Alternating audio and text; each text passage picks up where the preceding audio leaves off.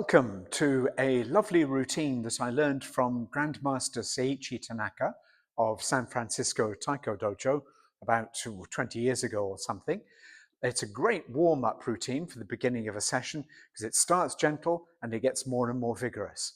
And also there are different levels that people can join in on, so there is something for everybody in this. It starts simply with some stepping. And it's important to get the steps right. This is the absolute basic part of the routine. Get the steps right before anything else happens. Starts with 2 steps on the spot, right, left. So we'll have sore, right, left. The third step, there are 8 in total. The third step is with the right foot turning to the drum on your left. And the fourth step brings your left foot back to here, so that you are now facing opposite where you were at the start. So you have sore, right, left, right, left. And we're staying in time on those beats so everybody can do it all together. One more time, we'll have sore, right, left, right, left. The fifth step puts your right foot back where it was in the first place, like so. And then again, as with the first turn, moving your left shoulder back, your left foot comes round and you are where you started. So that's 6 steps to go nowhere. So, 1, 2, 3, 4, 5, 6. 7 is with the right foot. And what I get people to do, because we're set up in a circle here with the drums spread like this, so there's room to move in between them. On my left, there's another person in the group or in the class. And I'd say, look at the right foot of that person. So I'm looking down at their imaginary right foot. And then I'm going to put my right foot where theirs is, and then bring my left foot over as well. So everybody moves what we would call one pod round, like this. And that's 7 and 8. So the 8 steps are sore, 1, 2, 3, 4, 5, 6, 7, 8.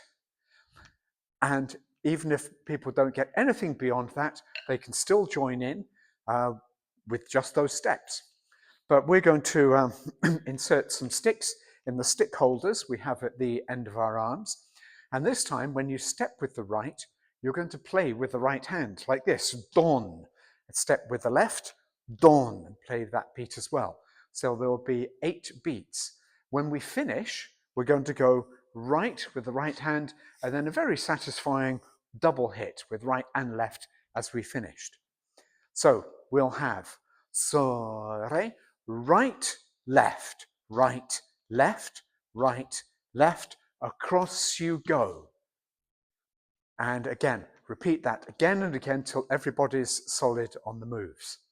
Now, when I learned this, I was amazed because by the end, it looked to me a lot like what we might call English country dancing. And the rhythm is not a simple 1, 2. It's with a kind of dongo beat. Dun, dun, dun. So it's a bit of a jig. So we've ended up calling it the Japanese jig. And so rather than 1 step and 1 hit, you're going to take 2 steps with 2 hits. So it'll be sore, right, right, left, left, right, right, left, left, right, right, left, left.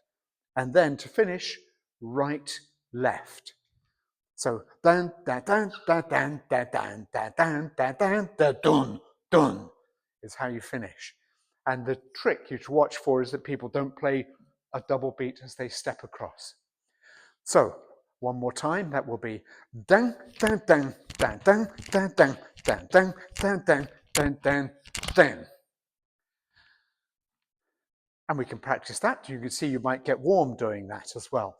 Then we introduced a bit of kata, and this is what blew my mind when I saw it, because I thought, oh yeah, that's just great. I recognize this.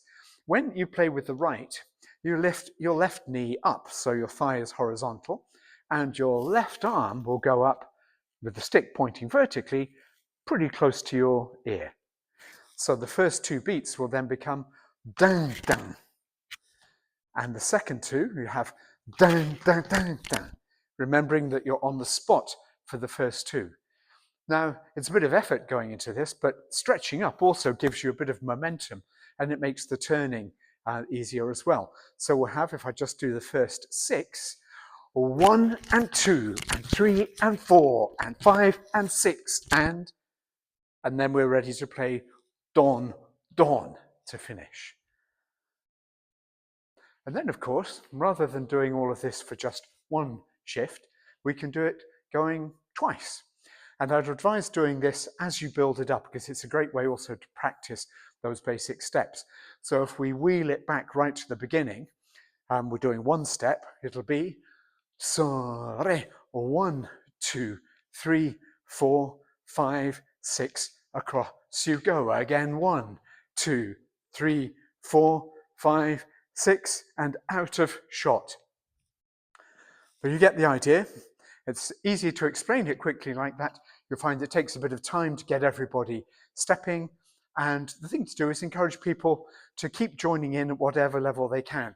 Not everybody is going to be able to do this, but it's fine to do that as well, because if you're stepping in time as you're moving around the circle, you're not going to cause any collisions.